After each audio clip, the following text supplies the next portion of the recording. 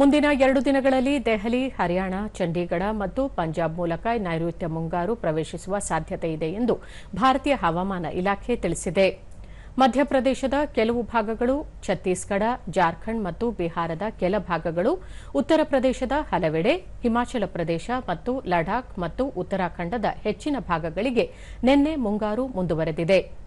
ಬಿಹಾರ, ಛತ್ತೀಸ್ಗಢ, ಕರಾವಳಿ ಕರ್ನಾಟಕ, ಪೂರ್ವ ಮಧ್ಯಪ್ರದೇಶ, ಕೇರಳ, ಮಾಹೆ, ಕೊಂಕಣ, ಗೋವಾ, ಒಡಿಶಾ, ದಕ್ಷಿಣ ಒಳನಾಡು, ಕರ್ನಾಟಕ, ಉತ್ತರಾಖಂಡ, ವಿದರ್ಭ ಮತ್ತು ಪಶ್ಚಿಮ ಉತ್ತರ ಪ್ರದೇಶದ ಪ್ರತ್ಯೇಕ ಸ್ಥಳಗಳಲ್ಲಿ ಇಂದು ಭಾರೀ ಮಳೆಯಾಗುವ ಮುನ್ಸೂಚನೆ ನೀಡಲಾಗಿದೆ.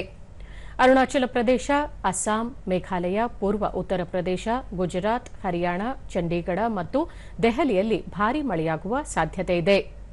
ರಾಜ್ಯದ ಕರಾವಳಿ ಮತ್ತು ಉತ್ತರ ಒಳನಾಡಿನಲ್ಲಿ ನೈಋತ್ಯ ಮುಂಗಾರು ಚುರುಕುಗೊಂಡಿದ್ದು ಅಲ್ಲಲ್ಲಿ ಮಳೆಯಾಗಿದೆ.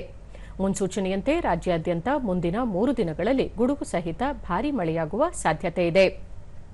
ಬೆಂಗಳೂರು ಸುತ್ತಮುತ್ತ ಸಾಮಾನ್ಯ ಮೋಡ ಕವಿದ ವಾತಾವರಣವಿರಲಿದ್ದು ಹಗುರ ಮಳೆಯಾಗುವ ನಿರೀಕ್ಷೆ ಇದೆ.